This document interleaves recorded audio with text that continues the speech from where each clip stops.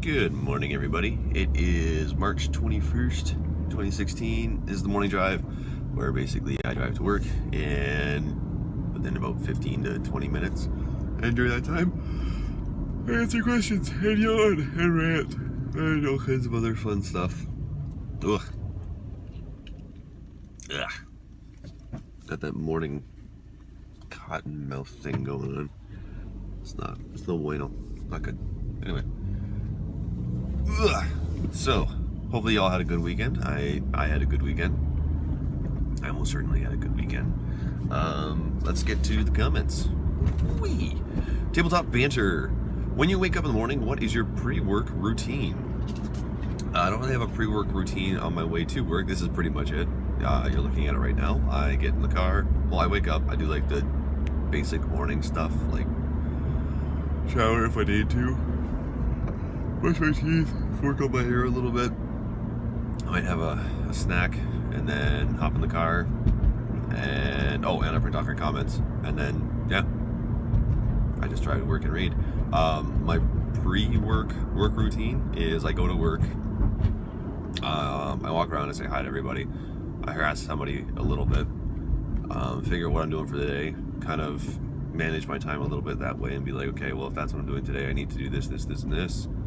And then once I've figured it all out, I try and figure out some way that I can sneak over to the, Avondale Hasty Mart. It's basically like a Quickie Mart next door to us, and pick up my Rice Krispie Squares, some energy drinks. And then once I finish the Rice Krispie Square, that's when I start my day. Yeah, that's pretty much my everyday workout routine. Not workout. I don't work out. I probably should.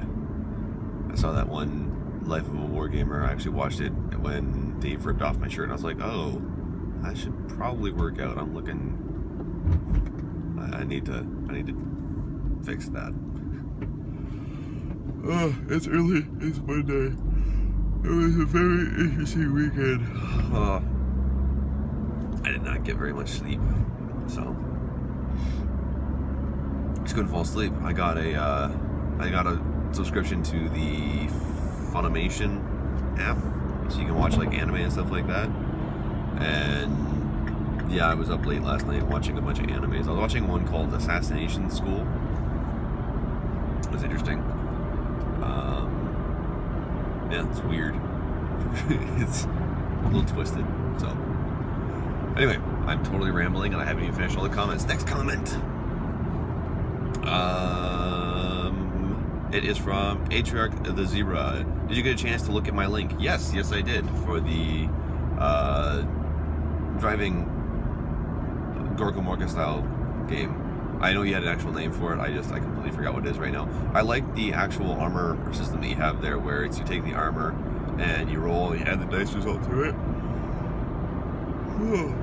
And it will, and basically the higher the result is, the better you want. So an 18 plus does nothing. I liked that. I thought that was really cool. It looks like a lot of fun. It looks like a very simple game. Not simple as in oh, that's a simple game anybody could have made, but I mean simple game is it's not difficult for somebody to pick up and start playing.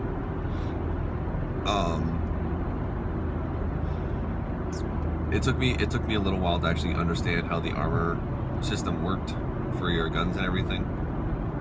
I feel that had a bit too much, it was a little too complicated, because you have your to hit, then your to penetrate, and then you have to roll again to see what your penetration did, and there's a chance you could do nothing. It feels like there's a few too many rolls there. You shouldn't have to roll to penetrate something when you've already hit it. And you should just take the armor value and put that into account. I might be over it.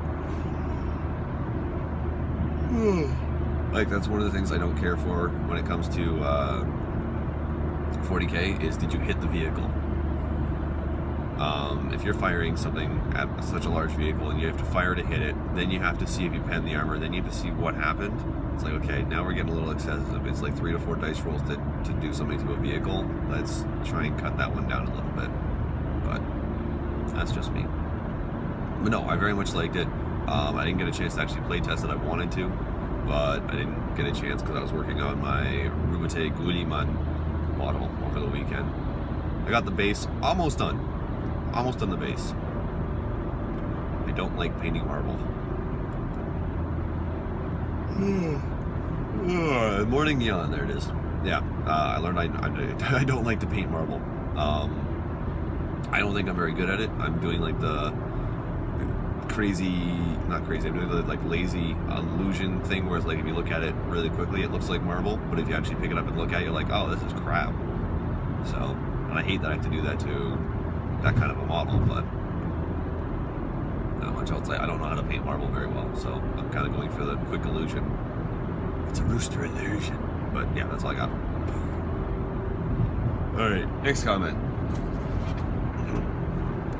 is from CJ Phoenix. Morning. Good weekend? Yes, good weekend. How do you aim to protect yourself during the sit and talk this week and with Steve saying he'll get you back? Oh, I don't plan to see myself at all. I just know that the camera will save me. The camera is like Kevlar against Steve, where he'll pull his punches to the point where it'll hurt, but it won't kill me. Whereas if the camera's not on, he's gonna kill me. So that's pretty much where I'm at, is I'm really just hoping that the camera prevents Steve from going full on Steve. There's a ladder on the road and I almost hit it. I don't even know why there's a ladder on the road. Okay. That was weird. Yeah, just hoping that Steve is like, oh, the camera's on, I can't do anything, and kind of dials it back from there. Also, I need to hide that Nerf gun. Yeah, I should probably do that. That Nerf gun that you saw possibly a couple episodes back. That thing's scary. That thing is dumb. I was shooting it at just down the hallway at people. And normally, like, when we have Nerf guns, there's a hallway that goes from Justin's office down to, like, the warehouse. I can fire a Nerf gun and it'll make it, like, maybe to the warehouse door.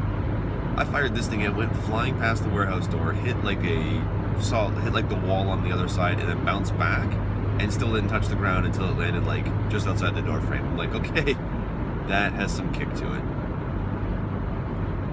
So, yeah. I hit Josh in the face. It's pretty sweet. I don't regret it. But alright. Might have to carry that Nerf gun during the sit and talk just to save myself. I think that's what I'm gonna have to do.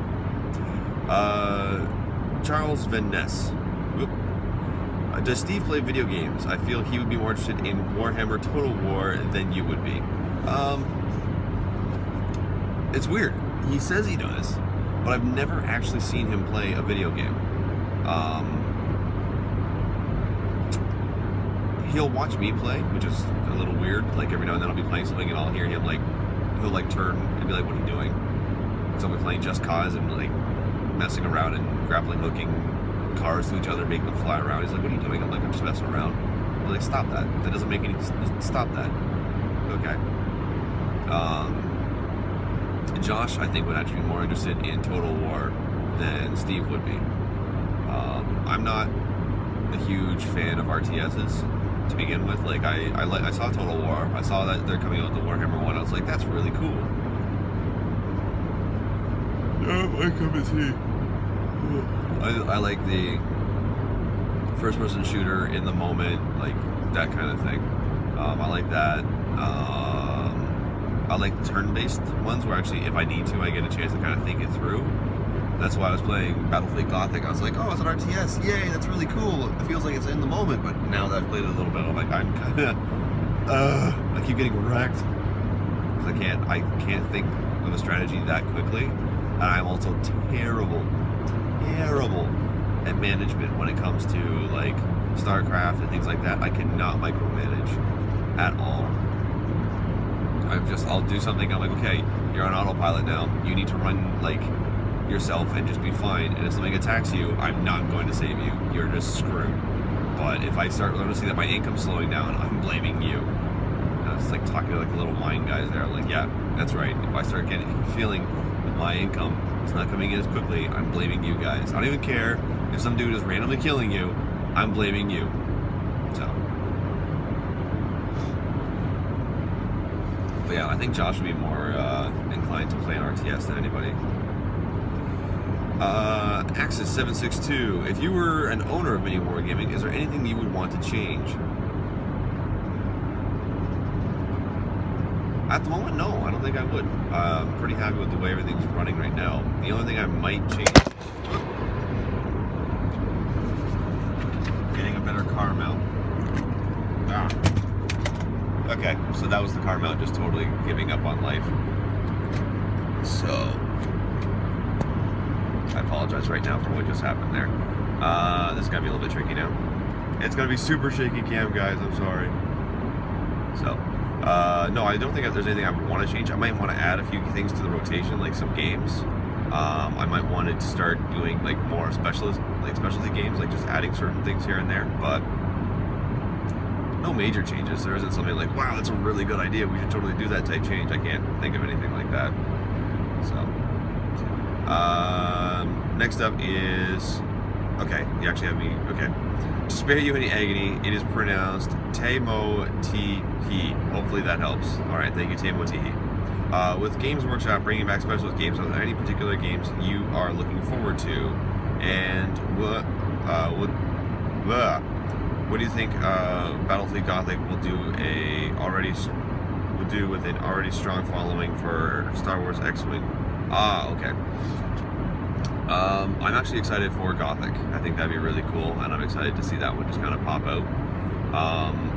I think with people getting really into X-Wing, one of the reasons I think people like X-Wing is because it's a very competitive game. It's a very simple competitive game, and all the miniatures come pre-painted. So the people who are not very good painters don't have to worry about that to make their miniatures look good. And the people who are good painters are more than welcome to repaint their miniatures. That's not going to stop anybody.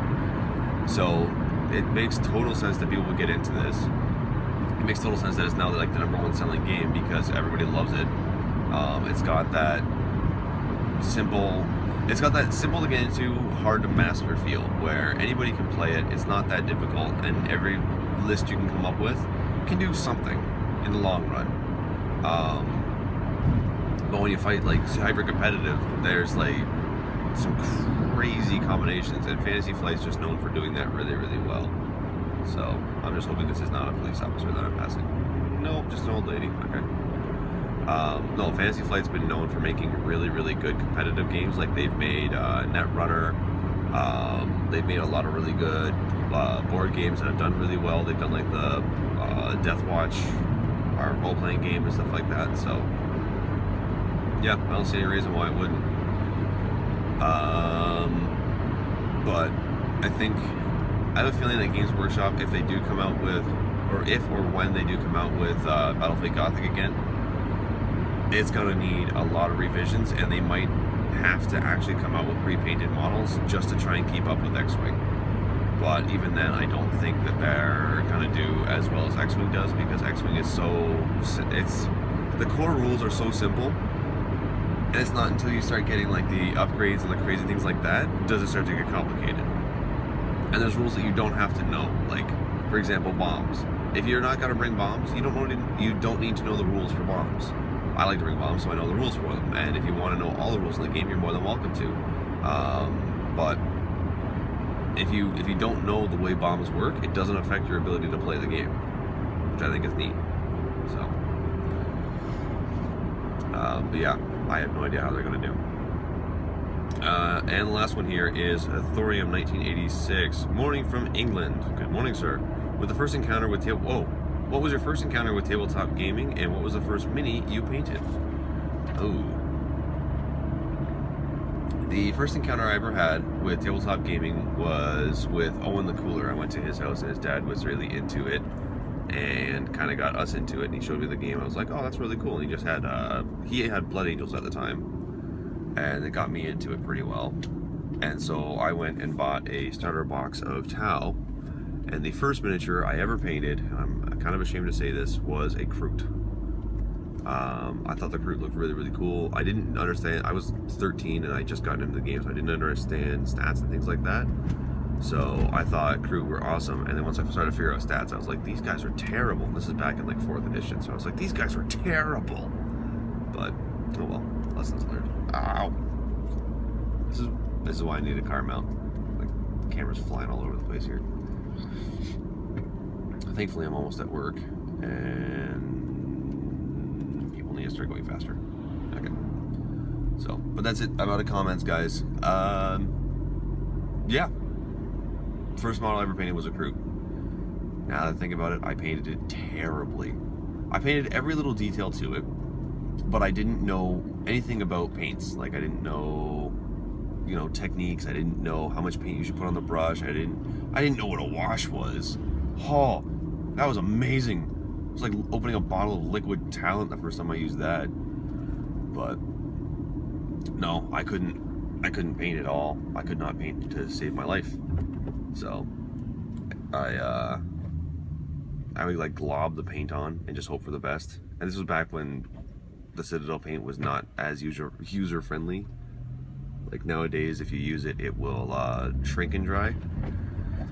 Back when I was using it, it did not shrink and dry. It just dried. I was like, oh, this is not good. It's just all kinds of blobs and streaks of paint. But oh well.